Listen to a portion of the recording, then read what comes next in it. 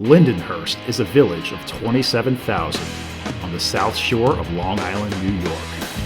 These are the people who grew up there and their stories. Everyone I know is from Lindenhurst. So, first things first, before I get into like family origins and all that, I need to know. Usually, like a person named Francesco will go by like Frank or Fran or something like that. How did Chesco come about? That just happens as early as I can remember. That was given to me by my family, not something that I came up with, but I have probably a dozen nicknames, everything from, obviously my given name, Francesco, Chesco. Some people call me Fran. Some people call me Cheese, Baby Cheese, Mayor McCheese, Chester, Chesmo. There's all sorts of names, but Chesco originated. I don't know who in my family started calling me that, but just as early as I can remember, I've always been Chesco, and I've just been anti-Frank. Apologies Using to all the Franks we know. Trafficante, right? Yeah. First name that came to mind. I was talking specifically about him. I'm Yeah. anti-Frank. But I do use Frank whenever I order something at like Starbucks or whatever. I always have to use Frank. If I use Yeah. Chesco, there's Yeah. no shot of them getting the name right or anything. Hmm. To add to this, recently, like a friend of a friend had a child, and they're like, "Oh, they named him Enzo." I'm like, "Is it just Enzo?" They're like, "No, it's Lorenzo, but they call him Enzo." So in my head, I was like, "Oh, Italians use the last half of the name for nicknames." Yeah, I It's guess yeah, it's Anthony like would be Tony. Yeah, that makes sense. Uh-huh. Giuseppe is Zeppi or Zeppeli. Yeah. Yeah, Italians don't like to use full words ever. No, we're famous for either using half of words or condensing them down into like, like oh, you can't say capicola, you got to say gabagool. Gabagool. You can't say ricotta, you got to say ragut. Yep. Yeah, there's no A's at the end of the food words or They're all No, silent. yeah, and you can usually for, tell like it's one of my pet peeves when I hear someone say like, yeah, I mean, you like the ragut? I'm like, you're not a the real. mozzarella. Yeah, For a nationality where every last name ends in a vowel, they choose to not say them on food. I love that 5 minutes into this conversation, I'm already throwing out the deep Long Island Lindenhurst accent. Yeah. Well, you grew up like right on the border there on Strong's, right down the Yeah, block from my grandmother, RIP. but yeah, close call. So the Yeah. shape of Lindenhurst is it's not like a Close call. angle. It's like I'm surrounded by Copeg on two sides. Strong Avenue, Mm. border between Lindenhurst and Copeg is down the middle of Strong Avenue where I grew up, and it's also across from Montauk Highway, which I'm also, Right. the intersection of Strong and Montauk. So I always think about like how different my life would be if my parents had just bought a house across the street from where I currently. Yeah. I wouldn't Yeah. know anybody. My life would be totally, totally different. I'd probably have like joined a gang or something because I grew up in Copeg. Mm. You would have joined the Italian gangs. What do they I call would, them? There's I a would, word for that. the, Mafia. There you the go. mafia. I would have joined the Marconi Boulevard. Yeah. Yeah. Pio the 13th posse or whatever. I drove by that the other day. I'm like, how do people? I wonder what people on that block. So it's spelled PIO and then 13X11 whatever. Like, Yeah. People that don't know Roman numerals. So like Pio the How does the GPS say it? yeah, I have no That's what I idea. want to know. Next time I go to my parents' house, I'm gonna put that into the GPS. I'm just gonna hear what they have to say. Right, right. Yeah. You also had the convenience of a dairy barn around the corner. Yeah, Yes. I used to. So my dad used to keep, like in the garage, he used to just keep a box of singles and, just for like chump change. So I used to like steal those singles and I would run to Dairy Barn and I would get those boxes of Entenmann's chocolate chip cookies that were $3. Yep. And There it every is. now and again, he'd be like, "Where?" My dad would just get pissed, like, because it's so. I wouldn't be sly about it. It's not like I would just get it once in a while and just like, kind of get away No, it with was a it. routine. Yeah. I would like eat the whole box and like immediately go back because it was like 11 years old. But yeah, that dairy barn is still there. Yeah. still like I don't even know where there's another dairy barn. That one closed down for a while, but like that one's still kicking it. One of the few. Yeah. God bless it. And whoever robs it every 6 months. Were you guys ever into Dairy Barn iced tea? Yes. Yeah, I worked at Yeah. Dairy Barn for a little bit, and a lot of people are into Dairy Barn Ice too. It's a very specific taste. I don't think Hmm. I've ever had dairy, but like the iced tea and the lemonade, and I guess the Arnold Palmer, when you mix both of them, Hmm. people were really, really crazy about the I, Dairy I Barn. don't know if you remembered Mr. Flynn, teacher in the high school, social studies teacher. He kind of I looked like do, Butters. yeah. Yeah, he would go into Dairy Barn every single day and get a half gallon and would drink it all in that day. It's fucking disgusting. That's, do you think Mr. Flynn knows that that's his lasting legacy on some of his students? Like he's sitting back. Oh, I was a great. I had him for U.S. history. Like I was a great U.S. history teacher. No, but I do remember you as the Dairy Barn iced tea guy. Any history teacher has a better legacy than another one that was his colleague, if you get where I'm going with that. Yeah, and Yeah. even if you take him out, there's still a lot of other shitty ones too. Uh-huh. Mm, Yep. I yeah. remember that particular. I had him as well, and Hmm. He was the one, teacher of the year in my class. the only thing I remember one story about him. It's the first time like I remember anything specific about politics. He was talking Mhm. with some other teacher, and someone brought up Hillary Clinton, and he's like, "Oh, Hillary, that bitch."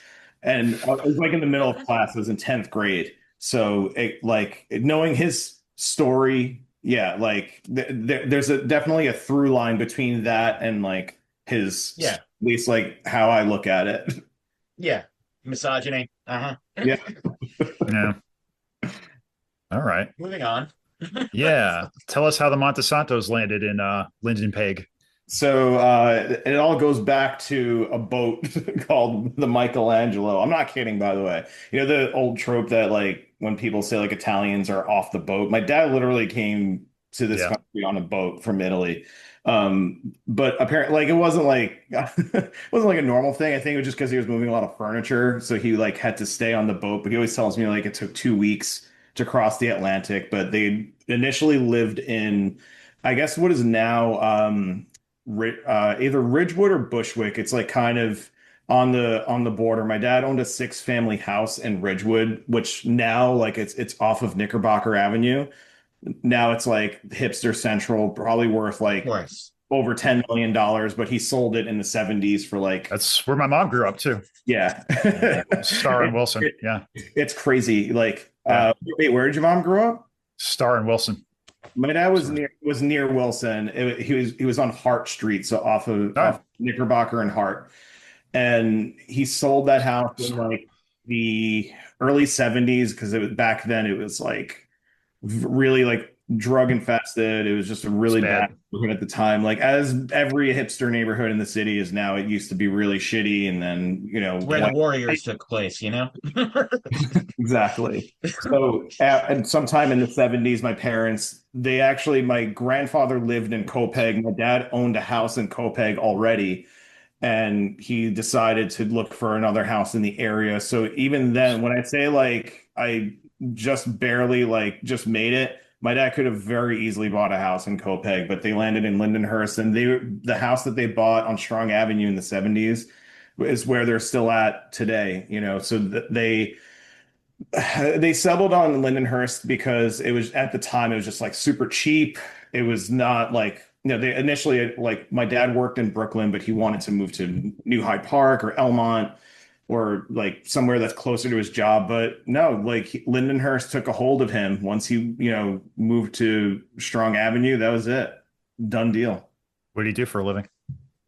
He managed a bakery. So he worked at this bakery called Grimaldi Bakery in Ridgewood. And funny enough, it's like Ridgewood has completely changed over the last 10 years. It's completely gentrified, but there's like three like mainstays that like kind of withstood the gentrification. One of them is like Gottshire Hall, which is like an old school bar and catering hall. And the other is my dad's bakery that's still there. Everything else has been bought up and like completely taken over, but he was managing a bakery there. He was a truck driver for a while. My dad bought the house in Lindenhurst like working he was the only person working, and my mom stayed home to raise the kids. He was making like $200 a week, and he bought a house with that.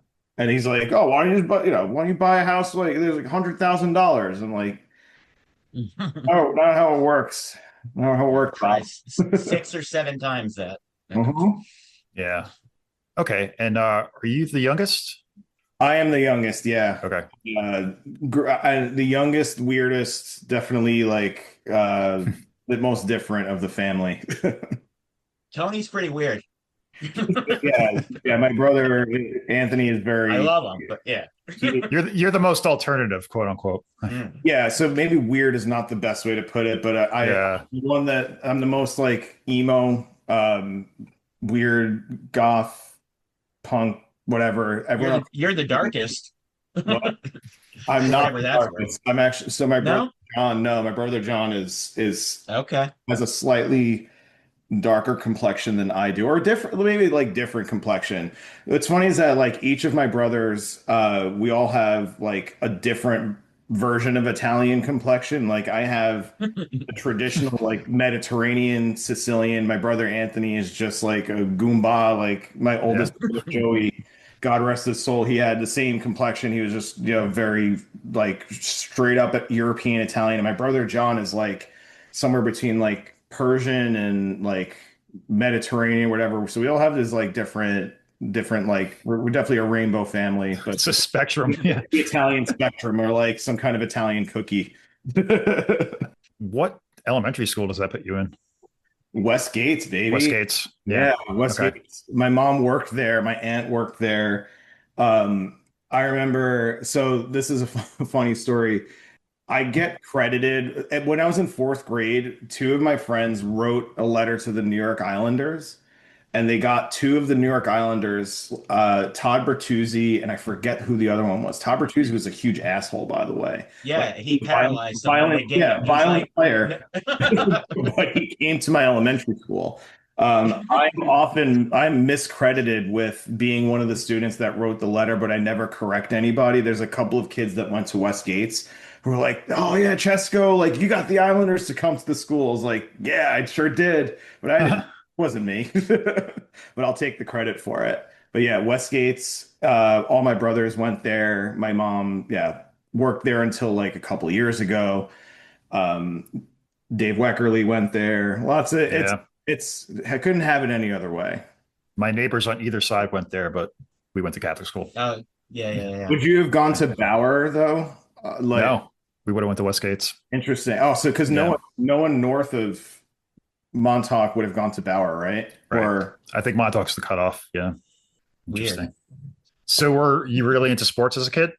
yeah, I was. Or It's I was I that's my like earliest like core memories of Lindenhurst is playing Little League, and I actually met your brother, Vito. I met Vinny. We both played for the Lindenhurst Republican Club. oh, right. We were in like we were like 7 years old, unbeknownst to us at the time. Like we were, Right. but I love playing baseball. I play like me and my brother's friends would play every week at Westgates all the time. We would just like set up games. I always like playing any sport, but baseball was like by far my favorite. I even played baseball up until high school, but then I became a band geek and I felt like I had to pick one or the other. So I quit baseball so I can be in marching band. Yeah, And I did too, and I kind of regret that, especially like when I try to do anything physical anymore.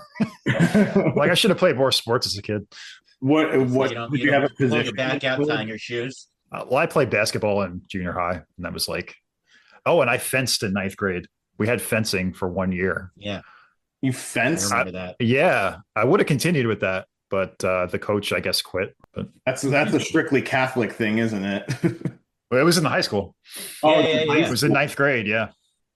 What happened? Did someone did get their I, eye poked out with the iffy or The coach was killed in a duel. I don't know. Mike Jacovina was in it with me too.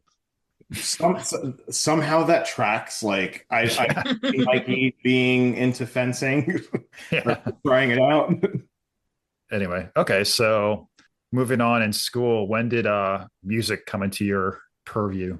Music was like, so I remember when we lived on Strong Avenue, we rented out part of our house to this Polish family, and the kid who lived there, who was about the same age as my brother Anthony, or maybe like 2 years older, so he's like 4 or 5 years older than me. He got me into Metallica, and he actually had a tennis racket that he duct taped in such a way to make it look like James Hetfield's ESP Explorer. And I thought it So was he like wrote "eat fuck" on the bottom or something. eat fuck. He Yep. EETFUK. Yeah. he probably, you know what? He probably called me eat fuck at some point. He learned English, like he spoke, as you know, like Lindenhurst, Copenhagen, there's a huge Eastern European Yeah. population, a lot of Polish. Yeah. So he was actually we helped him kind of like speak English and like taught him English. And when we went to school, he was learning, but we definitely helped him learn English like from Polish. But he got us into Metallica. So I remember one time like we went into his apartment and he put on the Black Album, and we just like pretended to play, and I like pretended to play drums. And ever since then, like that was when I was in like second or third grade, there was like just one night, like, yeah, just like fucking rocking out playing like air instruments. So then when it came time to like join the school band in third or fourth grade, like I knew my parents would never like spring for a horn instrument because that was too expensive. And they're like, ah, French, you're just gonna quit. Why are you gonna buy you a saxophone? Yeah. Like, so I picked drums because A, that's like, was my favorite instrument, but also was the cheapest because all you had to do was buy a pair of sticks and a pad. And at Yeah. music, Right. it was like $20. So I started playing drums, and then, I had, you remember him, Mr. Khan was my teacher. Murray Uh, Khan. Yeah. Murray Khan was my fourth grade teacher. He taught me, if it ain't yours, don't touch it. That was his thing that he liked to say. In a completely musical context, by the way. But he taught me in fourth grade, and then I had Kevin Pike in fifth grade, who I'm still friends with to this day. Yeah. So that kind of like I grew up just playing in like the school band. It wasn't like playing, I didn't pick up a guitar or anything like that. I was always in school band playing in like all the Suffolk County stuff, like for NYSMA and Scamia, all that stuff. And then eventually at some point, like I convinced my dad to buy me a drum set from Long Island Drum Center, and that was like it. That's how I started playing in bands. What was your Were first you kit? immediately exiled to the shed? Yeah, and Shed, the kit, the Shed. Uh-huh. It was it was like the Candy Apple Tama Rockstar. Uh, Yes. Nice. Yeah, and I forget who I sold it to, but I convinced my dad to buy that for me for Christmas because at some point he realized that I wasn't going to give up music. This was like after 4 or 5 years. This is after like music teachers telling them like, "Oh, you have to get him private lessons. You have to like nurture his talent." And my parents are just like, "Pfft, go fuck yourself." But eventually I wore my parents down and they bought me that drum set. And then I played like every day. I have hearing damage from playing in that shed and never wearing earplugs. I'm pretty sure I've had tinnitus since I was Mm. 14 years old. And I remember from Long Island Drum Center, I one time remember. So this kind of goes back to like I was taking money from my dad. I took his credit card once, and I bought a cymbal from Drum Center online. And this Mm. is like 2001. This is like the early days of like e-commerce Yeah, online. yeah, yeah. And I bought a cymbal from there, and my dad flipped out and went to go return the cymbal. And I think his name was Dennis from the drum center was like, sorry, Yep. refunds. And my dad just got into it with him. He's like, my dad still doesn't understand e-commerce in 2025. So you can imagine like the idea of buying like something online in like 2001 was like the craziest thing to him. He thought like the guy stole the credit card from him or like abducted me or something. My dad like flipped out on him, like, how could you buy a symbol like through the computer? I don't get it. And like the guy eventually refunded my dad and told me that I was banned for life from the Long Island Drum Center. So I wound up Wow. at the Guitar Center in Smithtown forever. I eventually did go back to Drum Center like 2 years ago. And the guy was there, but I didn't say anything. He'd probably remember you too. He would He's like that. he would 100% remember me. 100%. You Wow. don't forget that a guy, you don't forget an old Italian guy yelling at you. I remember I put a cymbal on layaway once at Musicland. I came home and my dad's like, "How are you going to pay the rest of that off?" I was like, "I don't know." So you went to Musicland and got my money back. What's on layaway? They lay away for it, you know? It'll just sit there till I pay it off. He's like, "You're never paying that off." You remember what song But it was? it was a Peisty Crash. Yeah. Mine was a Z Custom Crash. I remember. Nice. All right. So this is like late 90s, turn of the 2000s. We're talking now. Yeah. This is before this is when I just started to like join marching band, but before I started playing in bands, like I didn't really have friends. I started making friends in marching band, and I just again like started playing along to Metallica songs. I just had Metallica S&M in my tape deck and just played it every single day. And that's kind of how I learned drum set. Like I never had actual lessons in drum set, but I would play to it every single day. And like to this day, I think like, man, if I can go back in time and learn from any drummer, like mimic any drummer or like pick up a style, I would pick Could be literally anyone besides Lars. any other drummers. Not even just Lars, the live version of Lars. It's not even like Yeah. the recording. Yeah. Him playing live. And like the live, like 1999 version of Lars. Not yeah. Yeah.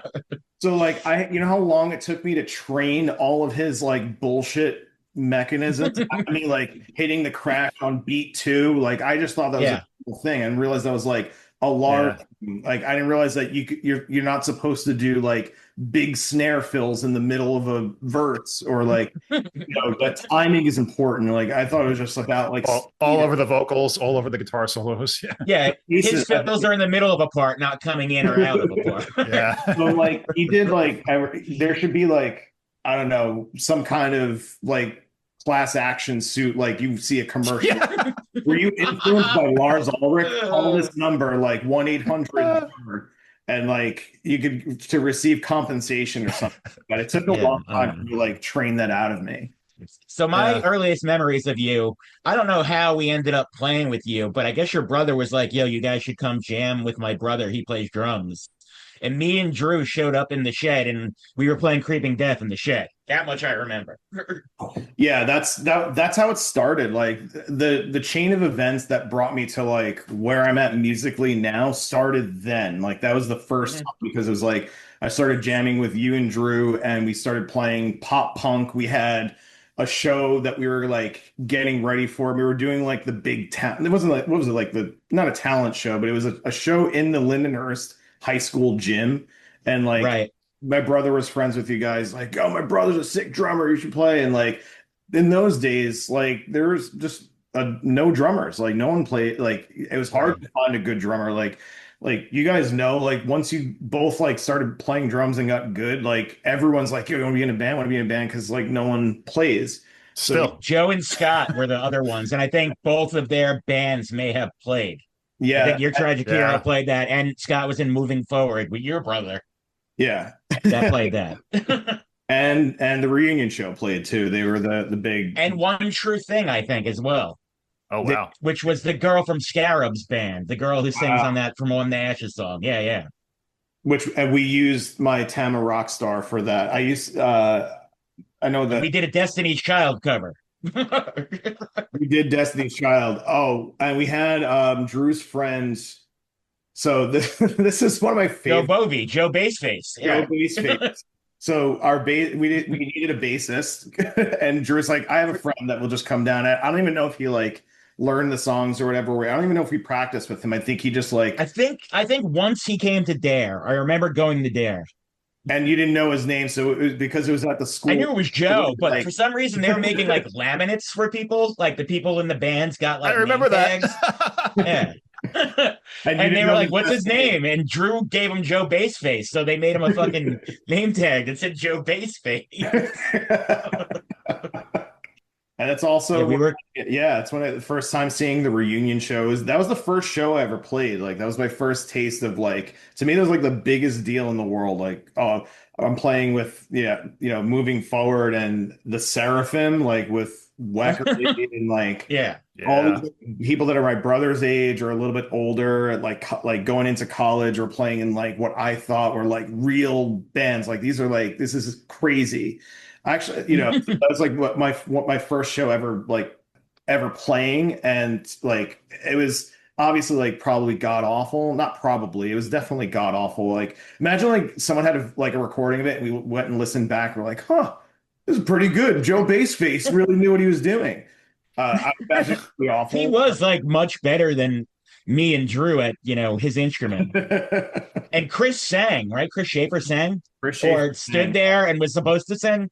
Yeah, yeah, I forgot. Yeah, Chris Schaefer was our singer. Wow. We were called the Real American Hero. I Yeah, have a flyer for that somewhere. I'll post it up with the It's got episode. like the Brian Krakow, Angela Chase thing from My So-Called Life. I made the Yeah. flyer, but yeah, Yeah. Yeah. incredible. So that was Lots of fonts. that. yeah. Yeah, having I was Fonty back then. You Cool. need two more fonts than there are bands on the show, and then you're set. Yeah. I feel like So that, everyone used that reunion show font that came standard with yeah. like photo at the time, like Photoshop or whatever, like with Uh-huh. star in it, like so many like that was like Yep. a boilerplate like font that came with every flyer. Mhm. Yep. So that was the first show you played. What was the first show you attended? The first show, let's see. I don't remember the timeline, but there's two or three. One was in your basement, Vito. It was the last Oh, Waiting show.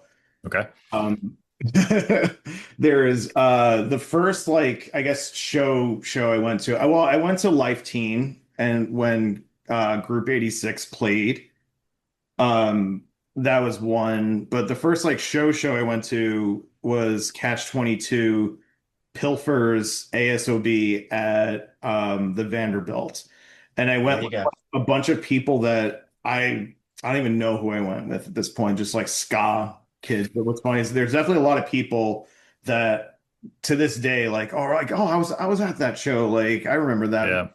It was my first time seeing, I remember like watching Catch 22 and just seeing all of the, again, this is like another thing that looking back, I'm like, I wish I could take that back. I just assumed that every drummer played with a piccolo snare drum. Mm. Catch 22 and ASOB and Pilfers. I'm like, I got to get a piccolo. I got to get Yep. a 3x14 snare drum. So I Yep. did. But I remember standing, it was in January of, I think, 2000. I was standing in line with someone that I went with, and there was like a half-eaten sandwich on the wall, like just outside, and it was raining. So this was like, who knows how long it was there or whatever.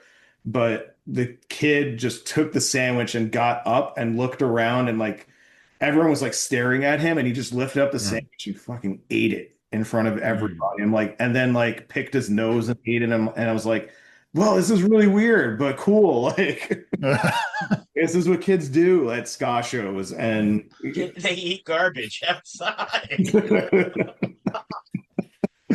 yeah, so Uh, that was definitively my first show that I remember.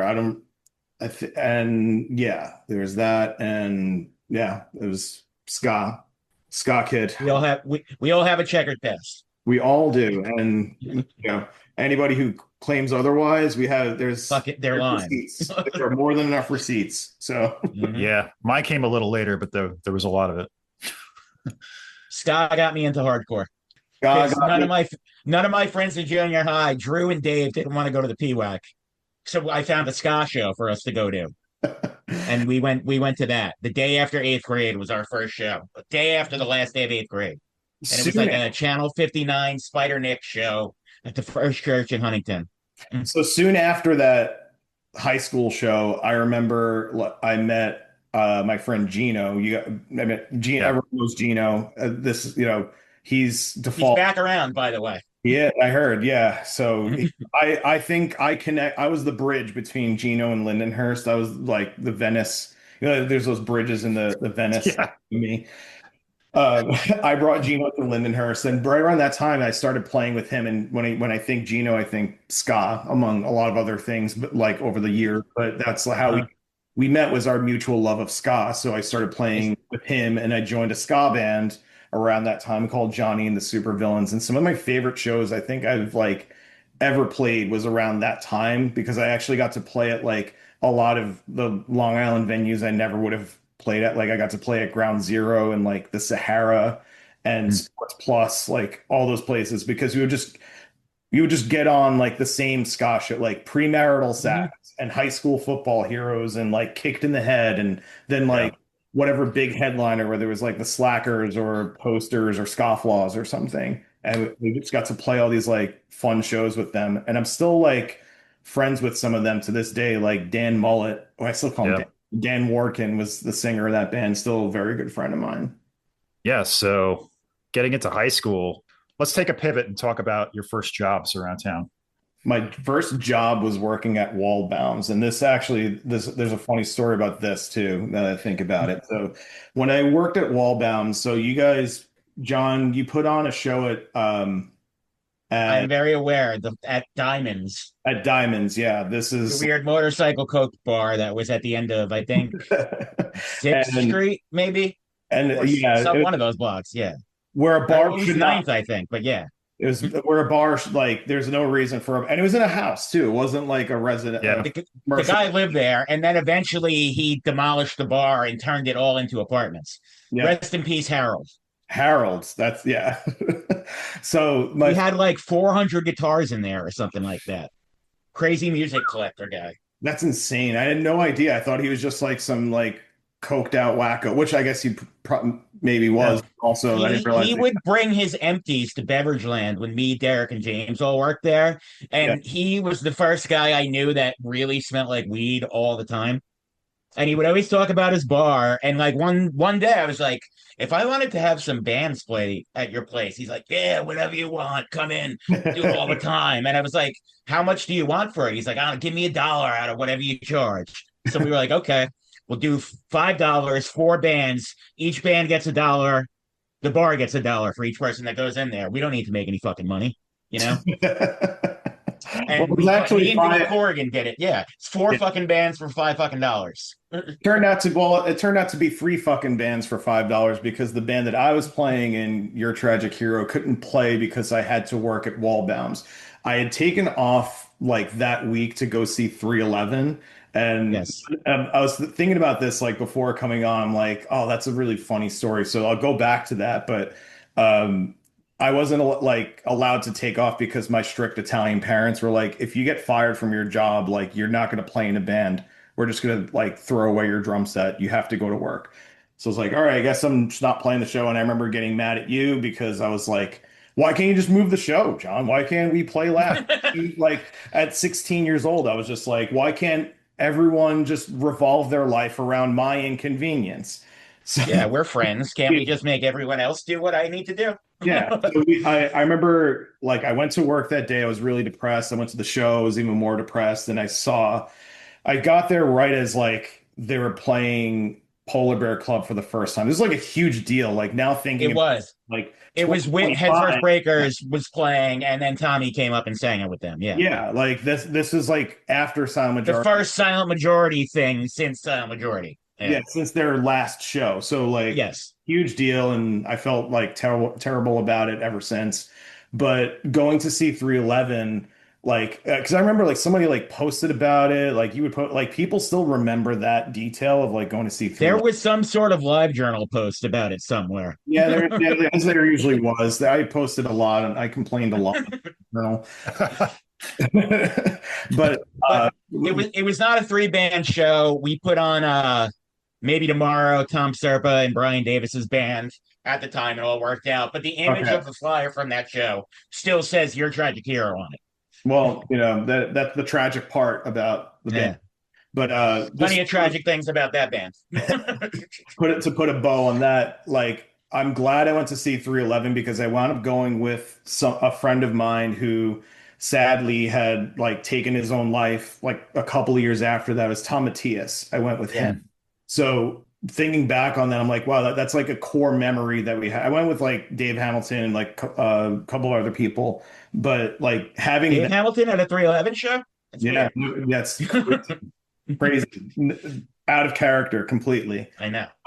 So that's the first thing I think of with Wallbounds, but like Wallbounds also connected me with like a whole different group of friends that were into hip hop and like when I started playing with Drew and my best friend growing up, Chris Batara. We were all into hip hop, so we started the band on Sound to try and Yeah. do hip hop, rock.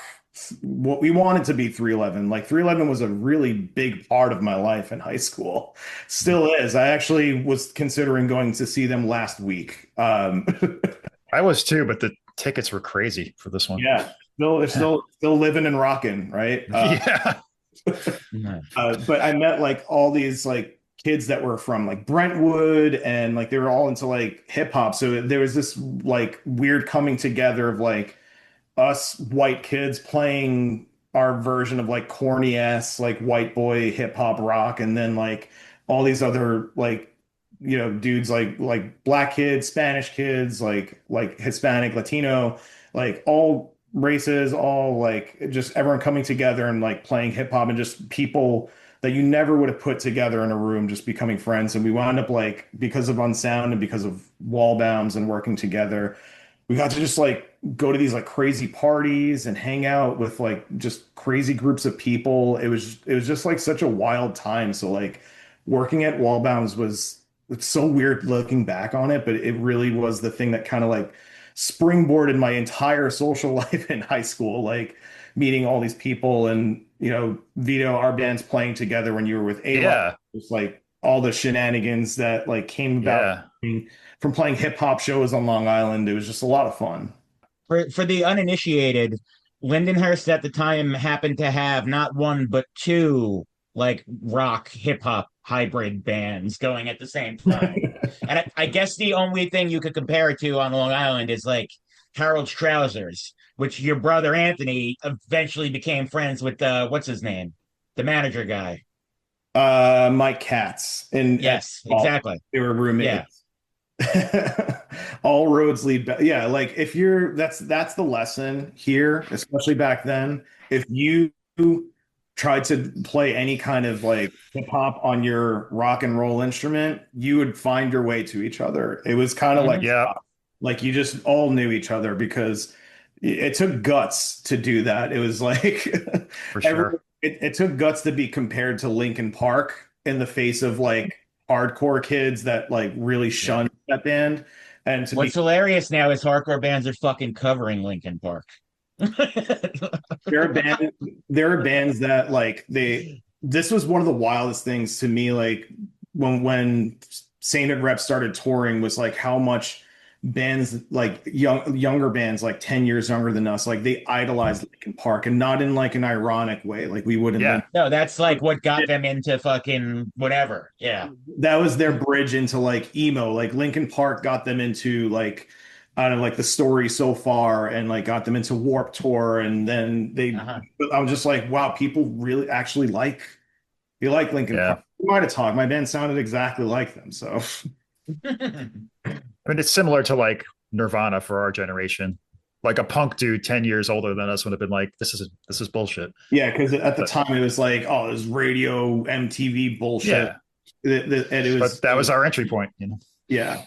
To put to Unsound and Wallbounds, I very specifically remember going with you and Drew with a razor blade to cut down the sign that said "We're Fresh Obsessed" and just take the Yes. "We're Fresh" part.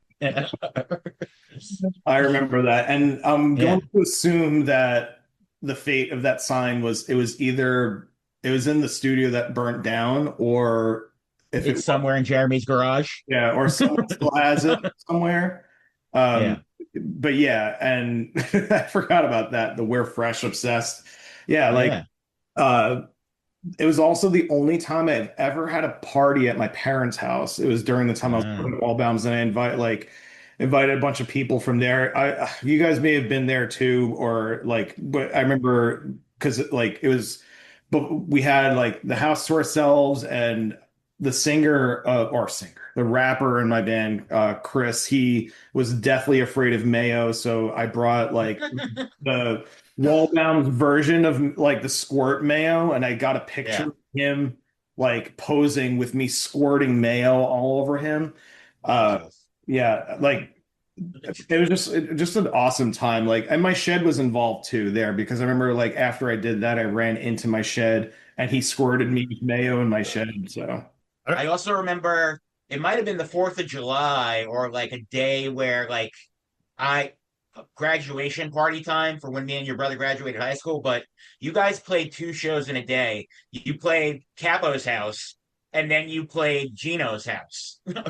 And it was raining when you played Gino's house at night. And I remember being very drunk and going with someone from one house to the other. And it was a yeah, very memorable day. I remember that too. I remember playing at Gino's house. I was drinking absolute vanilla out of the Hmm. bottle. I remember. But the reason I remember this is because like there were a million parties at Gino's house. I'm sure like it had to have been brought up at some point. That is on this podcast. That's a Lindenhurst like legendary story of how Kopeg beat the shit out of Lindenhurst one night on New Year's. Battle of Scott Jablo. That was Battle a of New Scott, Year's party specifically. Yeah, the Battle of Scott Jablo. But this part, the reason why I remember this is because I was in marching band and I had two marching band competitions the next day. So I went from Gino's house at like 2 in the morning to yeah. like the high school where I had to march, and it was a really rainy day. It was still raining the next day, and Yeah. just kids. I had on my snare drum, and kids were just like falling everywhere. Like I would just be like marching, looking up at the band director at the drum major, and I would just see in the corner of my eye, just like 1 second, like kids would be there like playing a horn, and the next second they're just like face planted on the floor. There's just mud everywhere, and I'm hungover as fucking hell. But I just remember that I didn't fall once, and I'm like, I can't believe I got through. Not something I would ever be able to do at Yeah. 39 years old, but at 18, like I was able to rally and Yeah. play twice. We had one show in Brentwood, and then it was also we played at Hofstra. It was like the Newsday band Yeah. we Tuesday did every Festival. single year. Yeah, so that was Marching on AstroTurf. Weird sensation. yeah, especially being hungover as hell. Yeah. Yeah, it's not something that you forget. Yeah. I don't know if you saw this, but there's a German guy on YouTube who compiles like obscure rap rock albums. I sent him the A-Life album. I sent him Unsound. He posted it up. And I sent him Jeff McCoy's old band, Society of My Era. Yeah, So they're Shout all out, up on amen. YouTube. Yeah. that's incredible. I was Yeah. literally just thinking the other day, I'm like, because there's a part in an Unsound song that I remember me and Jeremy wrote that we're like, let's just make like, here's an idea. Let's combine Linkin Park, 311, Dream Theater, and The Roots into one band because that's like four bands that should definitely go together. But that's what we and there was a part that was like really syncopated, and I was just like, it came into my head the other day, and I'm like drumming along to it, and I'm just like, I have such an insane memory when it comes to these songs. Like I could probably sit behind a drum set and play like all of those songs to this day, even though I haven't thought about them in probably 20 years. Yeah. It was different from what we did in A-Life, which was cool because we Different, could play yeah, together different and it enough, wasn't but it like, was yeah, on a different kind of wavelength. Yeah, yeah, which was cool because like I think we wanted to incorporate like the more 311 part of it too, because that was me and Drew's like favorite band, and we were like, we had like people shuffling in and out of the. We had Dave Hamilton in the band at one point. His role was the guy because he didn't play an instrument, so he was just like kind of the hype guy. We had a singer who played like one show with us. I I Um, remember remember that that. guy. Yeah. yeah.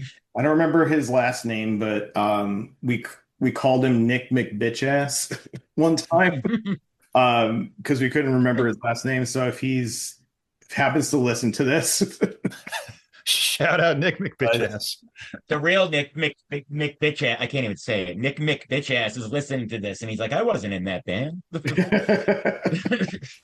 Yeah. So we're getting into like late high school. You graduate 2004. Mhm. What comes after that? New Paltz. I go to SUNY New Paltz and had like one of the best years of my life. It was so much fun. I did nothing except just party, and eventually, like, I didn't fail out, but I would have failed out if like I did just a slight bit less. But it was around like this time that Jeremy was playing in a band with Derek called The Modern, and Mhm. their drummer, they had a drummer, and the drummer left, and Jeremy was That like, was me. yeah, it Yeah. was you. I think they did have somebody else playing with them for a little bit too. I think it was Didn't they have that guy Rob from All Grown Rob. Up? Yeah, they had Yeah. Rob. Oh, I didn't even know that. But they needed a drummer, and I was like, I don't want to be away at school. I want to be in a band. I want to tour and like, do all that awesome stuff. So that it was when I was at New Paltz that I finally started like playing with Derek, and like that's kind of like the early like playing with that band was like kind of where Sainthood started. Mhm. But going away to New Paltz was just like honestly like one of the most fun times of my life. Like I always say, I wish I could just go back to college just like and dorm for like another 3 years or something like that. Just because like when you're like I had a bank account with like my parents had saved up all this money for me. I always had money. There's New Paltz was a soft landing for Lindenhurst people. There was like a Lindenhurst house in Yeah. Yeah. New Paltz. So like I always had older kids there to like party with. Like Bobby Dare was there, and like a couple of other kids from Lindy were there. I forget exactly who was there, but people were just always shuffling in and out. Like every weekend, someone from Lindenhurst. It was like at the point where people from Lindenhurst would just go up to New Paltz. If they Yeah. had Rob Klein lived there and didn't go to school there. a lot of people did. And I think my brother did that too. Like my Yeah. brother was living with me for But like, he did go to school there at one point. Rob just lived in the Lindenhurst house in New Paltz. and now I live near New Paltz, and and the Mhm. Lindenhurst house is still there. It still looks very much the same as it did. The Um, Pencil Hill one or the other one? the other one, the one that was on Main Yeah. Street, Yeah, yeah, yeah. right across from Convenient Deli. But it's so Uh-huh. amazing how like the pipeline from Lindenhurst to New Paltz, like I was just Yeah. SUNY one of Lindenhurst. many. Yeah.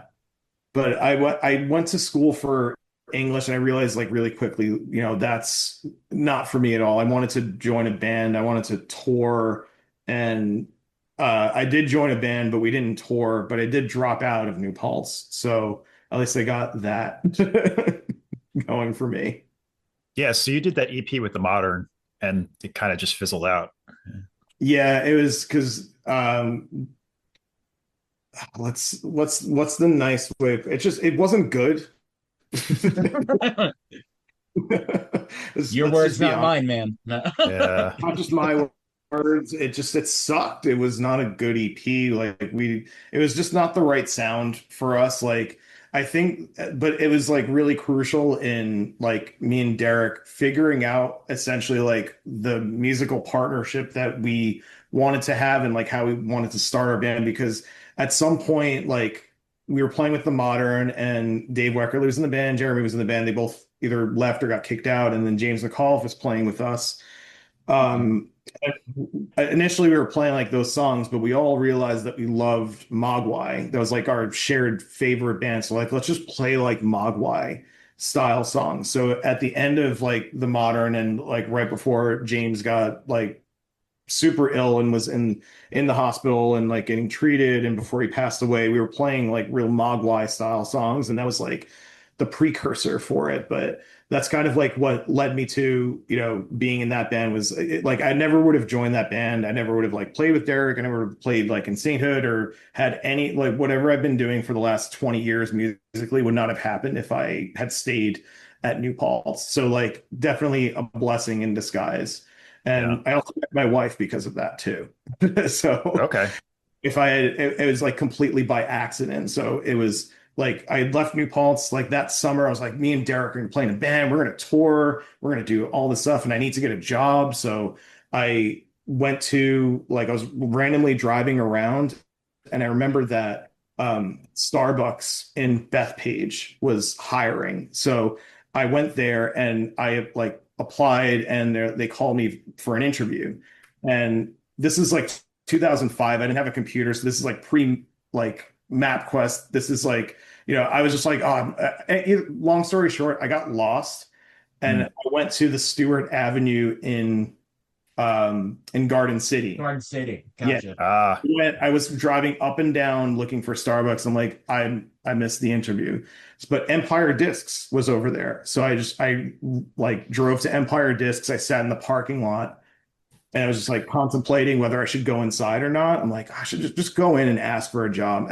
Fuck it. So I went in, I just like, which I never did. I went in and asked for a job. I'm like, just give me an application. I filled it out. Eventually, like, got hired there, and that's how I met my wife. So, like, a lot of things, like with New Paltz, like, if I hadn't left, the last 20 years of my life would be like completely different. I would have had a lot of fun. It would have been Yeah. awesome. But like everything that set me up for where I'm at now would not have happened if I had stayed there. So two things of the past that wouldn't happen again today. Number one, getting lost going to Bethpage. Yeah. And number two, Empire Discs, a fully used CD store. A fully used CD store that stayed open till midnight every single day. Yeah. Yeah. That was the weirdest thing to me. Like it'd be a Wednesday. I was like 20 years old. It'd be a Wednesday, and like I'm working from 4 to 12. And like Yeah. That was the Tower Records thing too, though, right? They were open till midnight. Because it was weird. Like there were people that came in at all hours. So there were people that came in at 11 o'clock for sure. It was not, I mean, even no one was going into the store, period. But like people did come in late at that time because we had, a lot of different, like just diamonds in the rough. We sold VHS tapes that were really hard to find. So like it was definitely a nerdy thing, but yeah, like staying up until midnight on a Tuesday, like that's something that just will never happen again. But yeah, we met at a record store. And they had shows there too. They did. I played a show there. Milwaukee Skyrocket played with the Buddy System, and Mike ruined Dustin's fucking mic cable or something like that, and he got into a fight with Dustin's dad. And ironically, we're playing again with Dustin and Mike Calvert on Sunday. So it just never, it's amazing. It never ends. Like No. we're going to be doing this for our entire lives. I played there too it was Unsound's second show. We played at Empire Discs, and there was also we put right before we closed, we put on another show. The band Gracer played there. I remember I was underage, so I had to get someone that I worked with to go to the gas station to buy me a 40 so I can drink it while they were playing. I think I also saw a Gray Area and Kill Your Idols there, and like Ferguson and On the Mighty Princes. So do you know You God from Wu-Tang Clan? Not personally, no, but I'm familiar. Are you sure? You know what? I met him. You might know him. Like I think if he's pretty anonymous, I think if you had met him or crossed paths with him, you wouldn't know. But that's what I'm getting at. He put out he doesn't roll with 8 other guys around him at all times. Yeah, the 8 other more recognizable rappers. Yeah. He put out a solo album like around the time of Empire Discs, and he insisted on playing there and made it like really huge deal.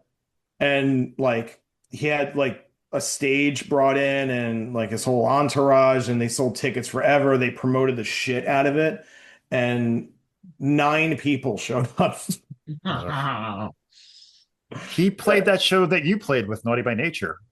Did he? At the Downtown, yeah. I remember because he was walking by after he played and Nolan told him good job, and he blew him off completely. Yeah, that tracks. I remember playing that. I didn't stick around for Naughty by Nature. And also, great. They probably I remember Chris, like while we were playing on sound was playing, Chris got on the mic, was like, yo, Naughty by Nature, Dirt All by My Lonely, underrated track. They probably didn't play that, but we're even there to hear that. But I remember him shouting them out. Yeah. Funny downtown story involving Unsound. So we signed up for an open mic night once because we were like, oh, this is how bands get put onto shows, is they like, they play open mic night and then they'll like, get discovered and they'll get thrown on like a good show. So we signed up for this open mic night on like a weeknight. I was in high school.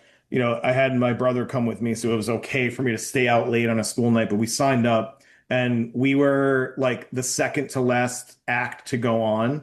And we went on at like 2 a.m. We had a couple of our friends with us, And the band that played before us was a trio of like this guy who looked like, I don't know, somewhere between they were like a cross between like Social Distortion and like shitty Rage Against the Machine. It was just a guy wearing like a bandana and ripped jeans and like a It was a vest. greaser with dreadlocks, or No, I don't know if he had dreadlocks. I don't remember like, but like they played two songs and he just ripped solos the whole time.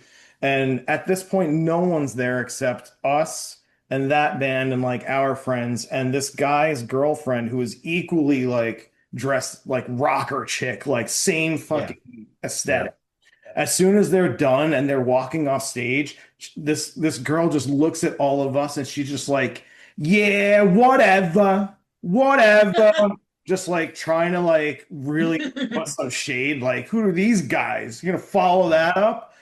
So we went on stage, we played to like our friends, and we were just fucking bitter. So there was the last act of the night was this comedian who was trying to get sober. So he was doing comedy as his way of like just finding another outlet, and we were just like just not having it at all. So this is when our good friend Ken Kinnear, God rest his soul too, he was in the band and he was like just completely heckling the comedian. And he was at one point, the comedian was like, "Oh, see, you guys have had too much to drink." And I was like, "Dude, I'm 16. I'm not even old enough to drink. You just fucking suck." That's I think Funny. that's my memory of playing the downtown with Unsound. Oh, and the battle there with was. bands there, but That's what. Yeah, the Battle of Bands is what I remember because you had like recordings from that or something, right? we do, yeah. And Yeah. yeah, that was God, everything with that band was just there's no like regular stories. Like that band was just so much fun. And there was no we never just showed up and played and left and that was it. There was always some Yep. we played a battle of the bands and like, everyone thought we should win and then Kenny Kinnear's dad shots like when we didn't win, like flipped out on the guy putting it together and just disappeared. It was always yeah, it was just Did you win a PA or something like that? what? Like a Samson Didn't you PA. win Right? a PA or something like that? Yeah, there's like Everything controversy. was Samson at the downtown. Like they Yeah. had the San Oh, Astro thing or and whatever. the grand prize was a spot on the Ernie Ball stage at Warped Tour. Stage on the Warped Like Tour. Yeah. after all of that, like your big payoff was like you're gonna play to nobody in like 90 The degrees hottest day of the year. Yeah. yeah, at Randall's Puddle of Island fucking and dirt. Yeah. to like absolutely nobody. One of my bands did that, and it was actually really good. It was up in I did, Buffalo. I did that, but it wasn't as good. I played with Q Unique That's right. at Yeah. Randall's Oh my Island. Yeah. God. Yeah. Too Yeah. unique. And what's funny is that so Unsound minus Chris Pataro played with Q Unique for three shows, but none of us were the most famous person there. We because Ryan LaFleur came with us, so he was like, so it was like a minivan of me and Drew and Ryan LaFleur and Q Unique just like playing Warp Tour. Check out Island Cava on Hoffman Avenue and Broadway. Oh yeah, Right down the block. Yep. Open late. So there's that. Monday, You can get all your kratom drinks and whatever you need there. Kratom. I might need one. But I was gonna say A Life got to open up one of the downtown open mics like with a full set. And it was awesome because the place was packed because all the Yeah, bands were there and all their friends. yeah, because So we played to like a sold out downtown. yeah, because it was like first come, first serve. So they were just like Yeah. early in the night, it was like amazing. There was like Yeah. hundreds of people there. And And we then got a full set for whatever reason. I don't know. You and guys because also I'm a opened lefty for drummer, Arrested Development. I pissed off the sound guy because I'm a lefty drummer. He's like, "Oh, I gotta rewire everything." Like, I'm like, oh, God. For open mic night at 2 a.m. God forbid. Yeah. Being Okay. So at some point around this time, you switched to guitar.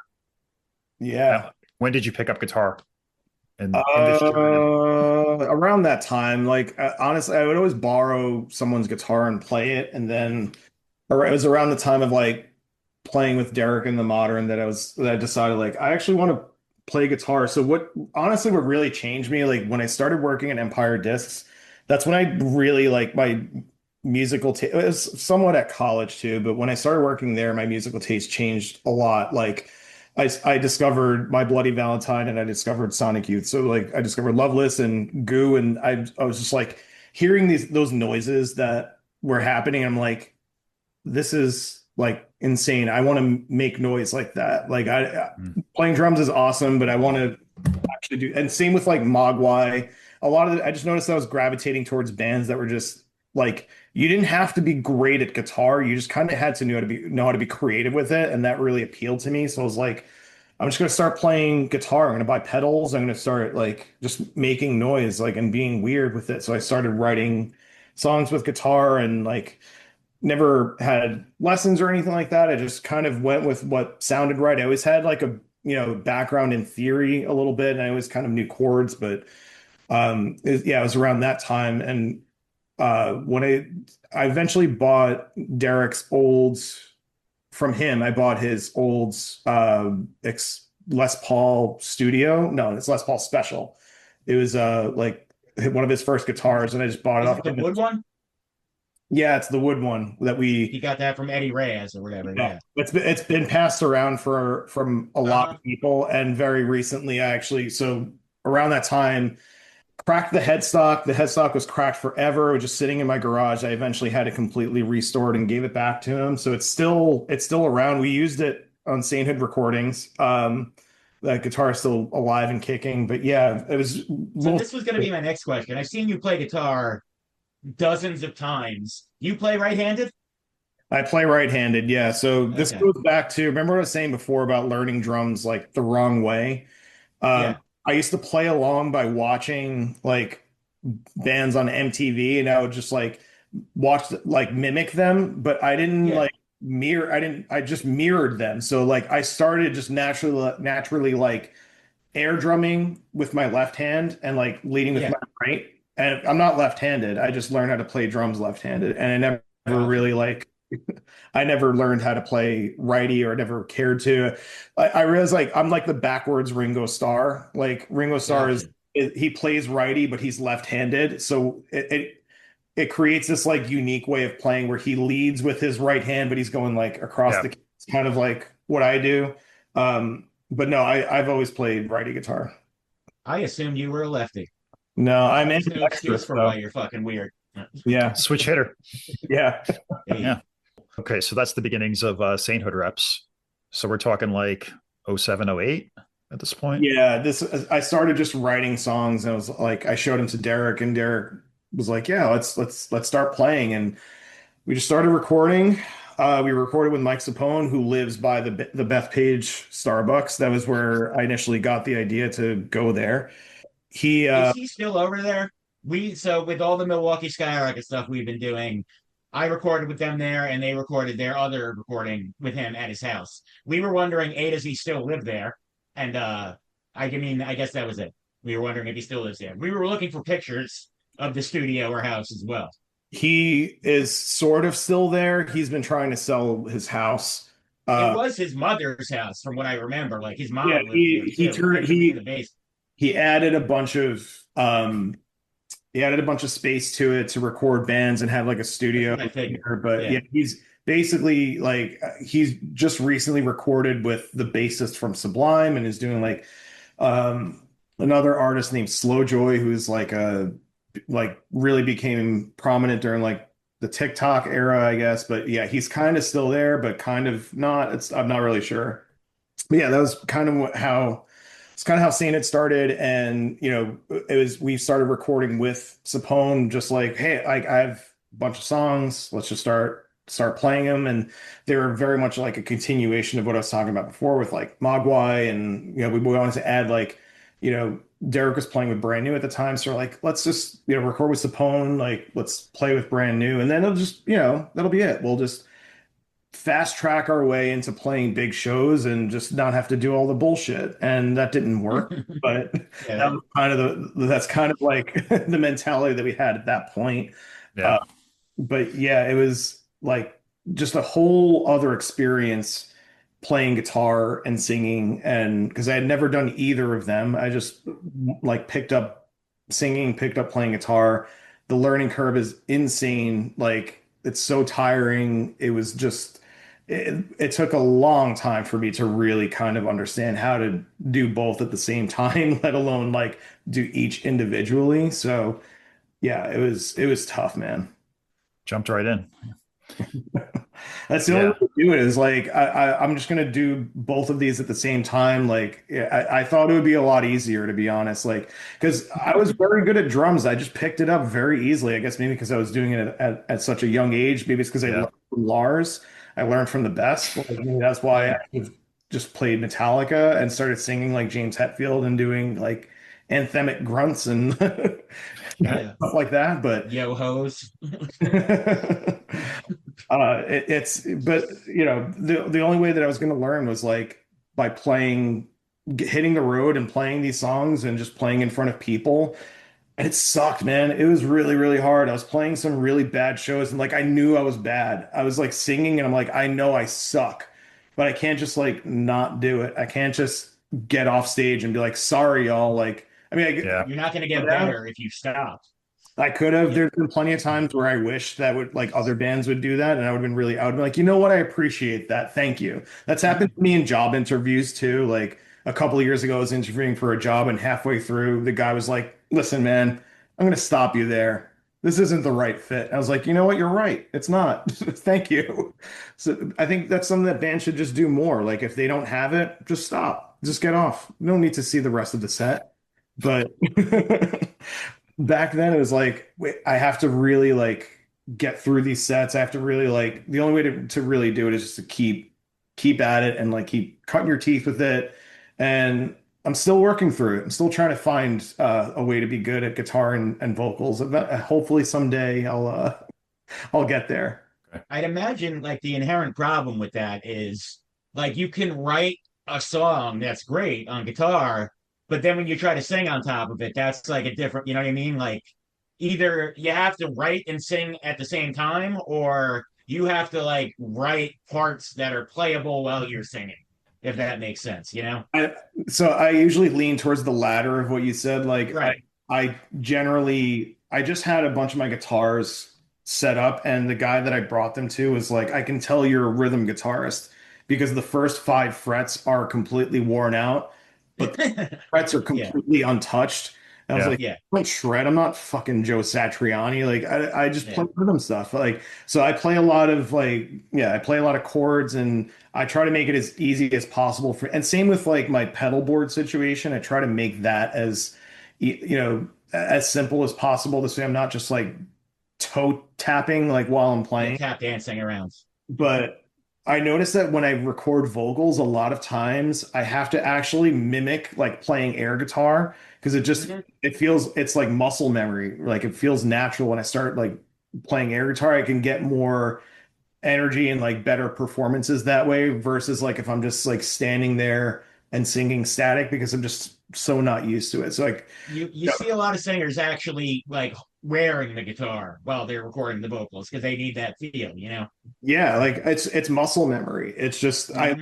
it's all one motion for me. When I sing, like I'm used to just like strumming and it just doesn't feel natural. So a lot of times if I'm having trouble recording vocals, I'll just start like mimicking like playing guitar and that's a lot of times that puts me more in the mood. Yeah. And at this time, James McAuliffe is playing bass with you. Unfortunately, he passes shortly after.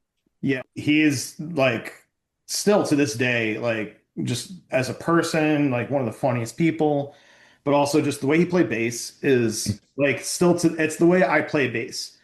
And it's the way like I remember when we started playing with Yanni and Sainthood, he was playing using his fingers. He was not like he was playing like he had a P bass. He was playing with his fingers, very like pop oriented. And then me and Derek, like when he joined Sainthood, we're like, no, you need to play with a pick. You need to dig in like all the way at the back of the strings to get that like basically like play like James, right? Like, Mm. we really pushed him to play like James did, and like Yanni's playing with Incendiary now. He's playing with Cast, Yeah. like it's playing like that style of bass, like the way he James just got a sound out of the bass that like that I was so fortunate to watch him play, like because that's still how I play when I record and like take that whenever we record songs, and if I'm playing bass on some tracks, like that's just how it goes. But yeah, it was also in addition to him just being like the funniest person that was around. And you did eventually take over for him for a while in down in the fourth. Yeah, that was a big reason why is because I just mimicked him. I knew how to play like just the the way he can dig into a string to get that certain sound out of it, and I was also like really close with them at the time, like still am with pretty much Hmm. all of them. But yeah, I it sucked because I didn't own a bass. I didn't own a bass amp. So I always had to borrow equipment. But yeah, taking over for James, like, and playing him down in the fourth, like I got to play with like hardcore heroes. I got to play with Indecision and Mind Over Matter. Got to play with like One King Down and Madball and all that stuff. So it was just awesome. What's funny is James never played with the pick before Heads versus Breakers. Rich made him do it. Yeah, you can't play. I don't know. You can play that kind of punk rock without like dudes at Lagwagon and shit, and Carlisle Yeah, from Descendants plays without a fucking pick, but James few was and far playing between. He's playing a five string for a while too, right? yeah, Yes, yeah. yeah, that The music Stingray. band. And then he had a white four-string Music Man, and then he bought that '70s P bass from like Danny Miro or something like that. Mm. And I think Derek bought that bass I think so. Yeah, I think from Andrew Jones. Yeah, yeah, I think a lot of his bases are still. I know Vin has like James's his red jazz bass, the jazz bass that he eventually got. Yeah. the Sunburst with the red pick guard. I know he still has that. Mhm. Yeah. Okay. So eventually, Sainthood Reps does start playing some big shows and do some big tours. So how does that develop?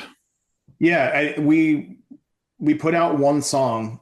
We recorded with Mike Sapone, and we put out a song. It was on a split with a band called Oh Brother, and the other song on that split is like one of my favorite songs of all time. The song is called Lay Down, and it's just fucking incredible.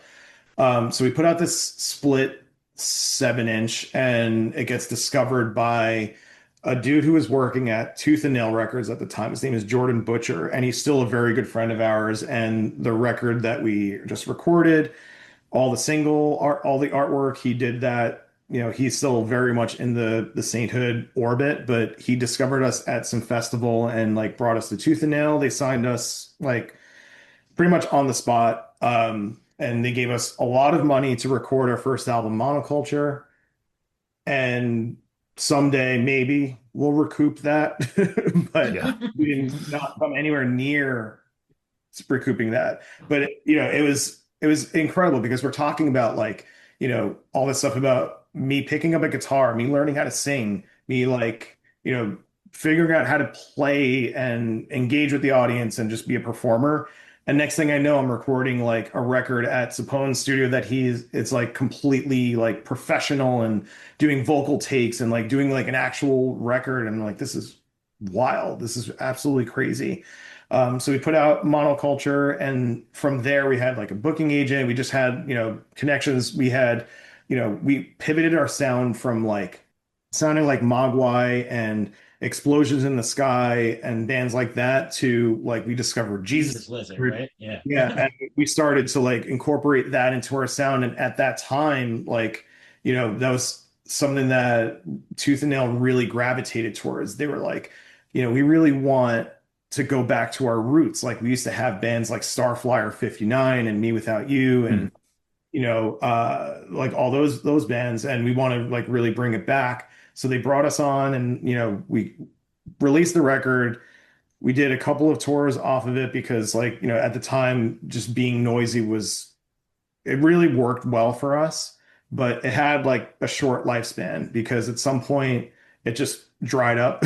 We were like really struggling to get on tours. Like in my opinion, like the songs were really okay. They weren't great. I just always look back on those songs as like, man, I wish I was like a little bit further along as like a singer and a songwriter because I think the songs would have just like connected a lot better.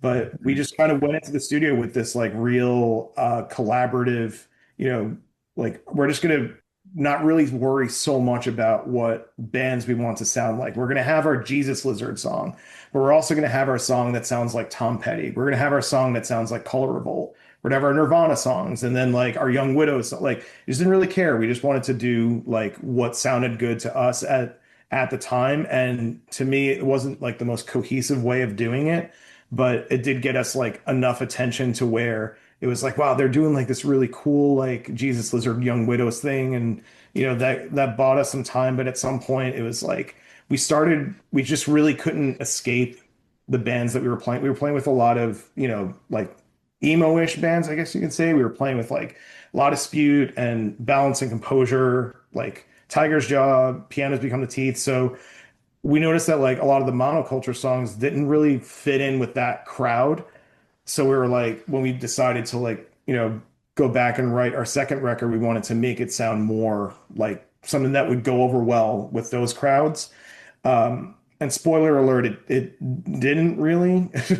One of my favorite pictures that one of my favorite moments of Sainthood, there's somebody took a picture of us playing at Chain Reaction, which is legendary venue in Anaheim, where like every band you could possibly ever think of has played there at some point. Yeah. Like the biggest, smallest, the biggest bands. And we're playing Chain Reaction. It's a sold out show. And somebody got a picture of me like on Instagram. And I noticed in the front row, there's a young girl who's looking at me and just yawning, like wide open, so fucking bored. And it was like though that was like one of the moments where I'm like, I really don't want to play music anymore. Yeah, you're on the other side of the country, like playing for a packed room, and they couldn't care less. Like It's hard. It's hard. It's insulting. Yeah.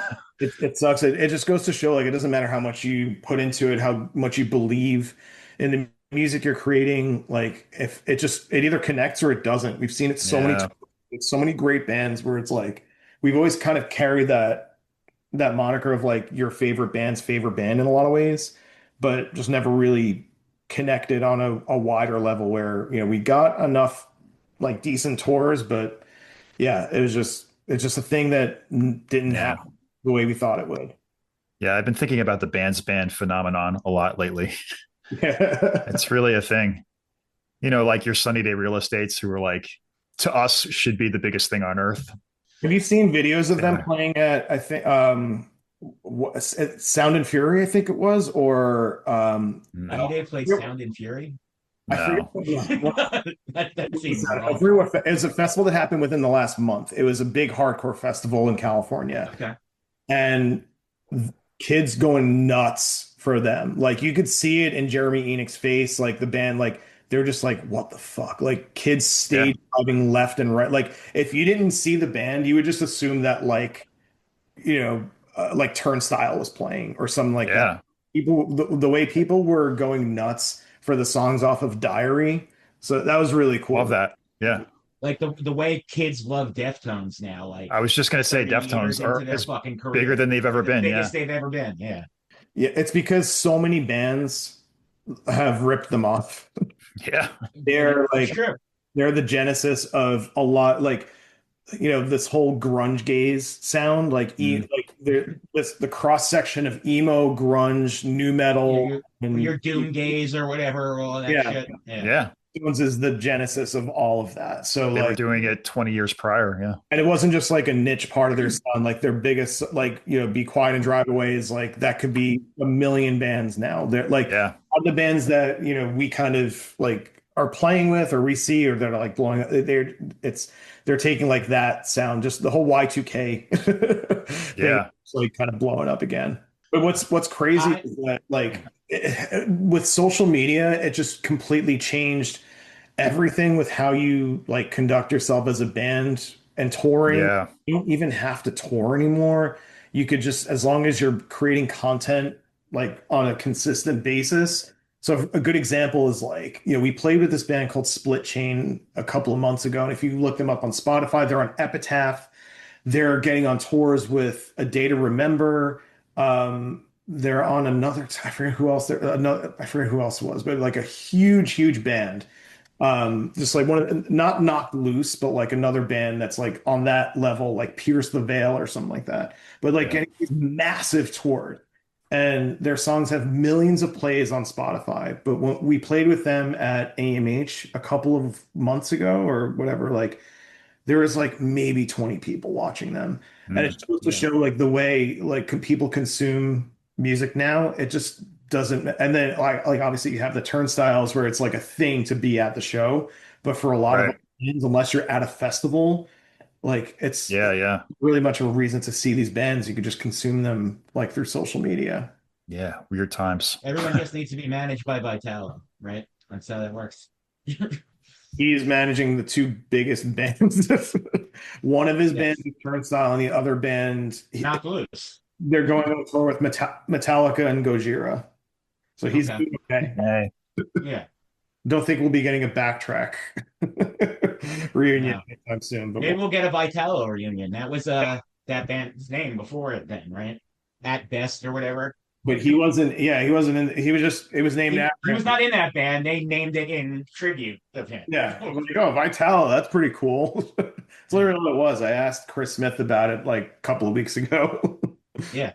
So time goes on, touring on and off with Sainthood. You're like more active at times than others, but you did finish college during this time at some point.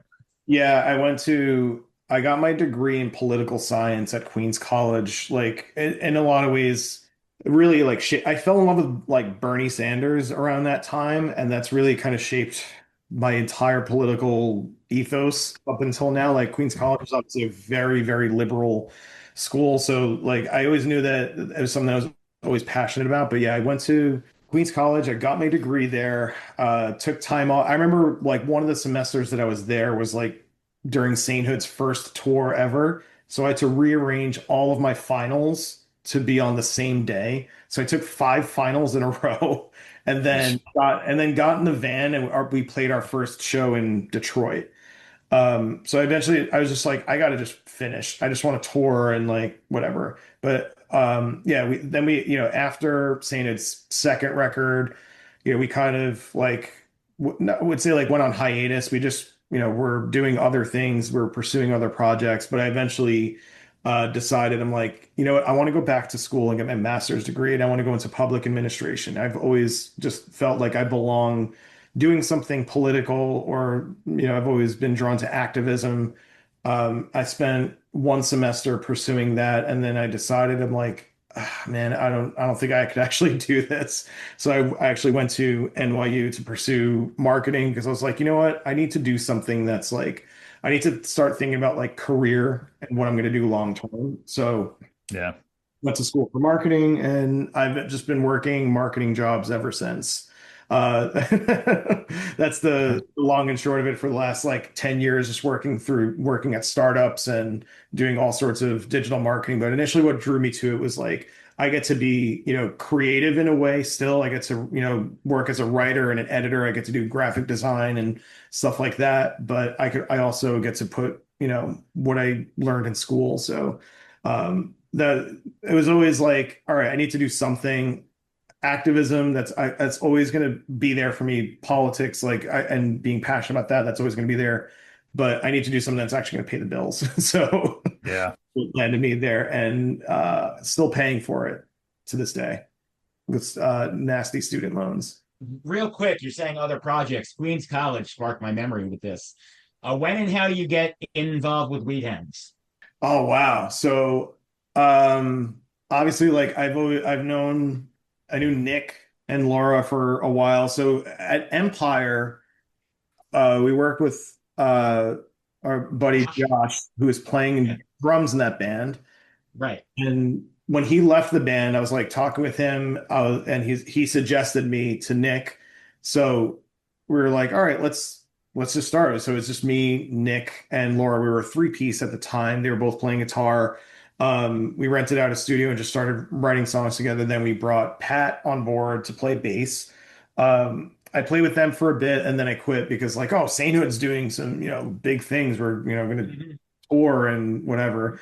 And then after like a couple of years, I saw them play again, and I was just like shooting the shit with them. I'm like, man, I miss playing with you guys. I want to play with you again. And they're like, our drummer's leaving. You want to join? I'm like, yeah. Really just that simple. So I just started playing with them again. I loved playing with that band. It was just so much fun. It was like, we used to like, there's another band that I got to play a lot of venues and a lot of shows that I would probably not have played otherwise. Like I got to Mhm. play like Baby's All Right and Gold Sounds and Shea Stadium like that All the cool Yeah. Brooklyn Shea Stadium. spots and the DIY spots that aren't open anymore. And Yeah. Got to play Mr. Beery's, the uh, illustrious Mr. Beery's. I think maybe I'm wrong, but I feel like it was Iron Sheik or something. But there was a show where I was in a band that played. It was all left-handed. You're not left-handed, so this doesn't count. But you play lefty, all lefty drummers. It was like Polygon, Weedhounds, and Iron Sheik or something like that. Oh I wow. that was at the sports page at the time, or no, that was at the brew house at the Okay. yeah. I remember because it was me and Tone. Like I always loved playing with Tone. It's Because always he does it like you too. He sets it up the other way. He doesn't just Yeah. play open like yeah Joe or Gordon or whoever. yeah. I Joe played Manzione did too, though. Joe Pretty Mc- sure. played left-handed Yeah. too, and I Yeah. played in a band with him, and that was the best because like sharing a studio with him, just hop behind the set, just Yeah. left-handed, like it was always great. But yeah, Weedhounds was just like it was a lot of fun, but it was like at some point, they were all living in the city. I was living on Long Island. Like I can't can't keep going back and forth doing this. It was Yeah, just yeah. too tiring. All right. Moving on closer to the present now. Sainthood Reps is a little more active again. Just recorded a new album.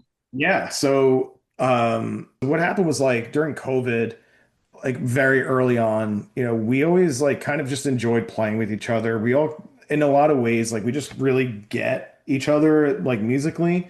So every now and again, like I'll start writing songs or Derek will start writing or, so we just started playing together again. At that time, Derek had a studio in Long Beach. He was renting out a bunch of rooms. So we are just like playing there. And we all decided like, I think, obviously COVID changed a lot of us in terms of like going into lockdown and seeing like having all that taken away. And like at some point we were like, Yeah. man, I really miss playing shows. So I have a bunch of songs. Let's just start playing again. And we started putting a bunch of songs together. Derek had a bunch of songs that he's been singing and writing. So our new record is basically split like half songs that I'm singing, half songs that he's singing. And yeah, it was just a vehicle for like, why not? We really miss playing shows. We really miss being part of the whole circuit of getting offered shows. Because like throughout the time, like we would go 2, 3 years without playing a show, but we would still get offered like crazy shit, like crazy good tours in Europe, across like full US. Like it was always just on people's radars. So we're like, Hmm.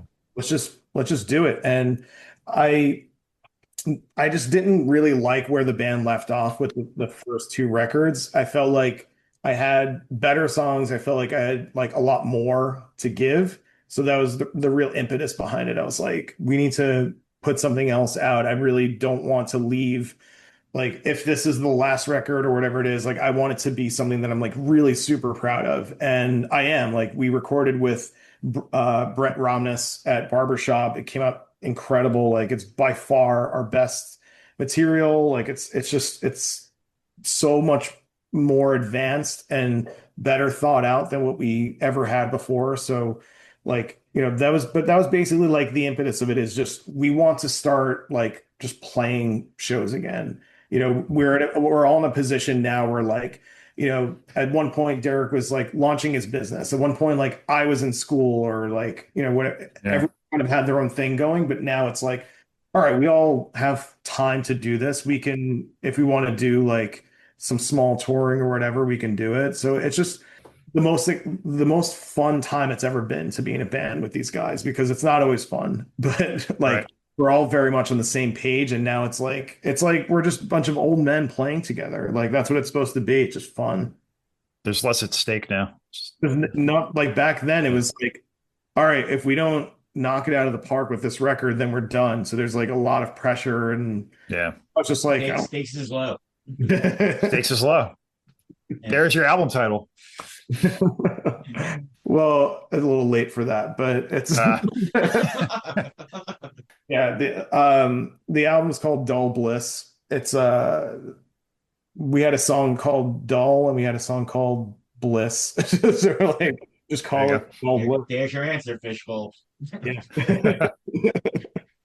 go. Yeah, Very not cool. Is that coming out on a label? Sure. yeah, so we are signed to Smart Punk Records. Mm, I know Somerset Thrower just put out their record a few days ago with them. That's kind of how it came together, just talking with Frank at like a party at once, and he's like, we're working with Smart Punk. I'm like, they're a label? I thought they were just like a zine or like a something. Like, distro, yeah. yeah, and they still are, but they just got started talking with them, and yeah, it just came together really quickly. It's a great fit for us. Like they really believe in the band. They know, they know what we're trying to accomplish. They know where we're at. They like the strategy is very much aligned. They're not expecting us to like, do anything that we don't want to do or like as far as our sound or commitments and stuff. So it's been really, really awesome. Um, yeah, and now we have Chris Smith playing in our band. Um, th what's funny is that he kind of just joined our band. Like we weren't looking for like a fifth member. What's funny is like the way he joined was we were initially we were playing a show with Movie Life in Midtown, and Yanni couldn't play bass, so we're like initially going to do it as a three piece. Then we went to Ruby's afterwards to hang out, and Chris was there, and he's like, "Yo, I'll play bass." We're like, "All right," and then it's just it. Like he just plays with us now. It's awesome. Okay. That's a great segue to bring us back to Lindenhurst. You And know, yeah. and some of our favorite things and places. I'll let John take over from here. Let's do a little Yeah, best of the Hearst. this is a stupid game we play called Best and Worst of the Hearst. Although most of the time we don't ask people to shit on anything, but You can if you feel want. free if you yeah feel free if you would like. So my first question to you is: there a teacher that you had in Lindenhurst that you feel influenced you in any sort of way, positive or negative? Short answer, no, but Fair like, enough. yeah, if I had to pick one, I would, oh man, I'm gonna say the one that had the most influence on me, probably one of my music teachers. I'm gonna say Mr. Khan. Yeah, what I said before. Like, if it ain't yours, don't touch it. He Words was to live by. it really, but it was true because like what he meant by that was like, it sounds gross, but what he meant by that was like, you know, just like stick to your instrument. And I didn't follow that. Obviously, I started playing guitar and whatever, but like, you don't just like veer off, like stay focused on what you do. But Yeah. thing that really stuck out to me, like something that he did that changed my life as a musician. It wasn't like back in elementary school, I always joke about that, but in high school, I was playing in jazz band. And one time he would always just like kind of hang around, whether like like wanted or not. Like he would just kind of just show up and whatever. But one thing that he did was like I was reading along to sheet music like the drum chart during one of the songs, and he took it from me and he gave me the sheet music that the horns were doing. And he's like, "Don't read the drum music, read the horn music because now you can see what the melodies are and like where the big hits are. Don't worry, you just play a regular beat underneath it, but now that you know the melody, you can kind of syncopate with them. You can synchronize with what they're doing." So that's like something that's always had a huge like that changed how I like looked at music was like don't just look at what's like necessarily right in front of you. Just like think about other things that are happening. So I always thought that was like the awesomest thing that he just like Yeah. completely like rewrote how I looked at music, especially like whether it was in that setting or in like the rock and roll setting or whatever. Yeah. I've had to do that for jazz gigs, like the real book, just Yeah. reading the melody chart just to Yeah. kind of get a Like a, feel for what a the lead sheet rhythm or is. whatever. Yeah. Yeah. Yeah. Because It works. so much more impactful to just like hit like if there's a big like bah, bah, like that's a lot of times that's not reflected in the drum chart or it's Right. like very boring to read. So it was, It'd be like keep time for 28 measures here. yeah. Yeah. Yeah, I had some other like teachers that I always had a good relationship with a lot of my teachers, but I was just because I was a weird kid.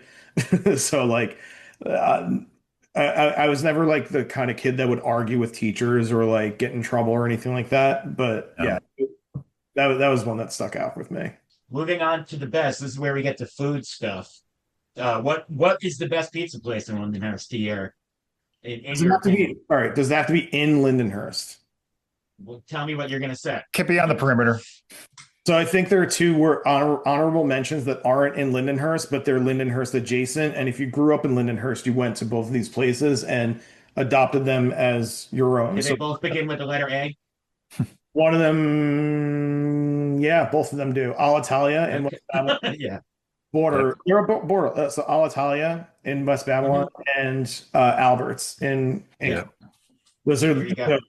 absolutely instrument. And I worked at a pizza place, and everyone in my family owns pizza places, but those, those neither I didn't work. Any other stereotypes you'd like to put out there? Well, just drive by South Strong Avenue anytime in the summer and look at the tomato garden. Did you have the Virgin Mary too on your lawn? I don't know. We didn't have my aunt did that Mary in the half shell. Yeah. Yeah. no, we did have the horn and the Italian horn that they would hang That hangs from everyone's fucking rear view mirror. and the Yeah. rosary. Yeah, every car we had that. So, like every time you're driving, you just hear like the jingling of the rosary and all the beads and stuff. Like it was so annoying. But those, if I have to pick one that's in Lindenhurst, I'm gonna go with Imperial. That's Okay. But I mean, like right now, there's like Spasso is really good, but no, it's always like Imperial has always been like an OG spot for me. Yeah, that was Right the Little League spot for me. My team was sponsored by them, so we'd always go there after games. I didn't like Vito. You'll remember this Mondo Pizza. Do you remember that next to 7-Eleven on Montauk Highway? Like Oh what, an yeah, hour? Luigi's now. I guess No. no, it was Luigi's is where that deli was, like by the movie theater or whatever. Yeah. CVS. Mondo Pizza was where like Sunshine Daydream was. Like it was Oh, literally okay. next to 7-Eleven. Very close to your house, actually. Yeah, Yeah, we never went. We went to Roma. I hate Yeah. Or the King and I. Yeah. I did not like Roma at all. That was my Really? least pizza. Yeah. Okay. James would kill you. It was just I know he's not supposed to shit on it, but are they? That's You fine. can. It was just so oily. It was like I had Don't to talk about the workers now. The old man who smoked cloves while he... pizza, so why you got to make it a fun? There's a social media account. Speaking of Italian stereotypes, there's a social media account called Meals by Cuj. I don't know if you guys are familiar with him, but No. he's it's weird. So he's like in his mid to late 20s. He's what my brother Anthony should have been. He became a social media star because he was at New Paltz and he would just film videos of him eating in his car and just like talking Italian into his phone and just like talking about what he's eating, but it was just really grotesque and like said gross. It just made me think of something that he said about like a slice of pizza, and he's like, it's a really greasy slice, and he's like, so much oil on this slice, George Bush is going to start a war over it. And that's made me think of Roma pizza. Like it was so much, just the most oil I've ever seen in my life. It was just the box would be dripping, so I didn't like it. You go. Okay. Which 7-Eleven did you like the most out of the 7 that are on the first? The one by Vito's house on Montauk Highway. To me there is like almost no other 7-Eleven. That was always Gotcha. I think I counted at one point there were at least 8 7-Elevens in Lindenhurst proper at some point. At least Yeah, too many. What's your guys' favorite? What's your 7-Eleven? The one that I grew up going to a lot because I lived in North Lindenhurst, like by the precinct on 109, is the one that was over there, which is no longer a 7-Eleven. It's just some off-brand fucking convenience store now. It's weird. We've lost one. Yeah. Usually you don't see, you don't see the net loss. Yeah, dude. Percent of something else, especially in Lindenhurst. It's like Oversaturated. Yeah. At some point, it's got to break. There's one, like a brand new one on Union in it's either Babylon or West Islip. I don't know if you guys have been to that that one. weird in between area. I haven't been. But it's like an interstate truck stop. Like they have a dining area and it's like super nice. fucking weird. That's my favorite 7-Eleven now. Do you They would- remember that weird bar that was over there that Derek had a birthday Yes. party at one time? I Yeah, forget what it was called. Paradise or something with the No, like parrot the on the. comfy something. Yeah. No, Yeah, yeah, the thing with the parrot on it, like, isn't there a place called the Blue Parrot on Montauk Highway in Massapequa? yeah. No, It's The a good place, place. It's like the Paradise place, Saloon or something. or Paradise Lounge or some shit like that. And it was like hippies Drop it in the over there or comments, something. guys. Yeah, let us know, Derek. Drop it in the comments. But yeah, it's right across from that. That's where the big cool Gotcha. 7-Eleven is now. What's funny is that 7-Eleven, I like every other convenience store I go to, I compare it to some way into to 7-Eleven. Like it when I went to Wawa for the first time, I was like, this is just 7-Eleven on. Clearly the better 7-Eleven.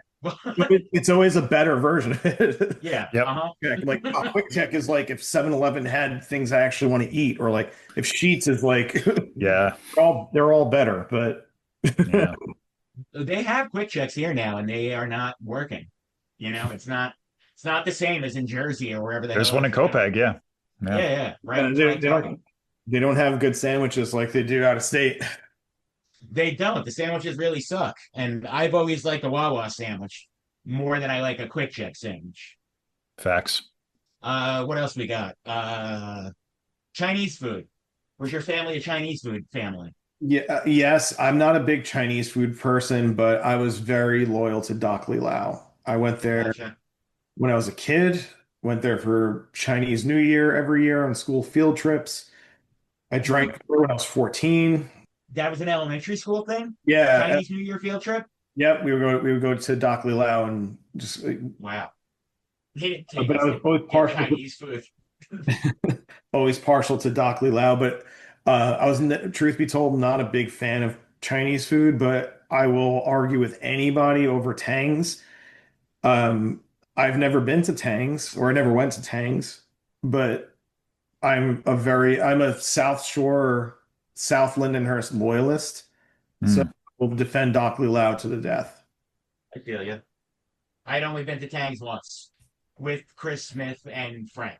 That's a rite of passage. Like It I feel is. like everyone's been to Tang's with I some. always say, like, there's buildings in Lindenhurst I've seen but never been in, and like I only imagine what it looks like on the inside, and I'm sure it's just like a fucking regular building, but it's just been a mystery to me my entire life. These buildings, like that church on Hoffman that has a sign in front of it that says that, like, they must take it off a calendar or something. You know what I'm talking about? The one that they always have, like, some like quip like God is listening. Are you are you Yep. picking up? God's ringing. Are you picking up? Or some stupid. Exactly. I was in a Yeah. part of Lindenhurst I've never been in recently. It's like west of the Friend? or east of the high school, like the weird industrial area there. That is a very Okay. North Queens Avenue around there. Around I that, think you around might- there, yeah. Do you mean like further if you follow the train tracks down, like that Yeah. area? Yeah. There's a Yeah. I'd never been there before. there's There was no reason. weird I corner. think it property. actually Yeah. is West Babylon at a certain point down there. It does get to West. Sure it is. Like there's a part that's still Lindenhurst. There's Railroad Avenue over there. Right. You cross over Railroad Avenue, there's like a bunch of other streets, and I used to deliver pizza over there, and that's still technically Lindenhurst over There there. you go. But like where John Street turns into Muncie, that's kind of like where it turns into West Babylon. But that whole area, like, and then there's also a part of Lindenhurst like north of Sunrise, like, and east of Town Hall, like kind of near where my Yeah. brother, like, Lindenhurst is so. Other side of the train tracks, is what you mean, though, right? Yes, yeah. Like, they're all yeah. there's many train tracks in Lindenhurst. Like, But that's like the freight line. Like, I Yeah. don't think regular trains go on there. But yeah, that my bus pass went through that neighborhood when I was in elementary school. I got high with my brother once, like recently, like over the last like Me 3 too. or 4 years. We all have. Well, 3 years ago, like a couple of days before Christmas, I went to his apartment. We're like both dudes in our mid to late 30s hanging out on a Tuesday night, high as hell, walking the tracks. I'm like, no, nothing sketchy at all about this. Yeah. Well, that's a good segue to the next one. Favorite hangout Hangout spot. spot. Does Quiznos count? It Yeah. does. You have the the pleasure of having played Quiznos. Not many people do. That's Yeah. that's definitely a collector's item for sure. And I got 10 free subs from there, and I ate all Yeah. of them in like a week. Now, my Nice. favorite, let's see. When you say hangout spot, you mean like a business or someone's house or like Just Whatever. anywhere that you convened with others to Yeah. chill. Venetian Shores was pretty big. We were There were fortunate. still dirt hills by your house when you were younger, right? What's that? There were still dirt hills like by Gates when you were younger, right? Yeah, they're still Yeah. there. When we were young, I like as kids, we would hang out at Westgates, but like in high school, see, we were never really like we had enough friends that had negligent parents. Like there's Yeah. more than enough of them where we really never had to worry about finding like an empty house to hang out and drink at. Yeah. So on the rare occasion that like we couldn't find somewhere, we would just like go to Venetian Shores or like it was just always trying to find somewhere to drink or like Tanner Park or something. But it was mostly just like, Jeremy's parents were never there. Gino's parents were never there. Kenny's Parents, parents Jeremy's were parents. there, but And even if they and were even if more she was there, he didn't care. they were more irresponsible than us. So like Yeah. I was just I was just lucky to have a lot of friends and very little parental supervision. What else? Oh, your favorite band from Lindenhurst? It's a tough one because let's see. Can it just be a like does it have to be like everybody from Lindenhurst or could it just be one It's member about from members. all right, Pat Benatar. Yeah. This is up there. There we go. It's honestly, if I had to pick like a band that has a member from Lindenhurst, um current bands, let's like Standstill is one of my favorite bands right now. A lot of like most of them are from Lindy, I think. But historically, like I loved Silent Majority, but looking back, I think Capitol is probably my favorite band, even though only Tommy is from Lindenhurst, but that's Rob. I think that and Rob, yeah, and Rob. Rob. Yeah. But yeah, I would probably put Capitol as my favorite like band that's tied to Lindenhurst. I'm trying to was anybody from Kill Your Idols from Lindenhurst at any point? No. No, right? So I'm gonna stick with Capitol as my favorite Lindenhurst adjacent band, and I'll shout out Standstill as well. Okay. That's it. All right. Well, that'll bring us to our closing question. If you could describe Lindenhurst to someone who's never been here, what would you tell them? Uh, Picture the Midwest. If you can take a average town in the Midwest and plop it in the middle of Long Island, that's what it is. Lindenhurst, there's no other town like it. It really, it's, if you've been to the Midwest, you kind of know, like it has its own enclave where there's like a very definitive industrial part of town. And a Yeah. lot of people who live in town work there, but they also commute to the city. Um, and also, it's a town that's completely dominated by a sense of humor that I believe originates with someone they'll probably never meet, and Chris Schaefer. I think he is Yeah.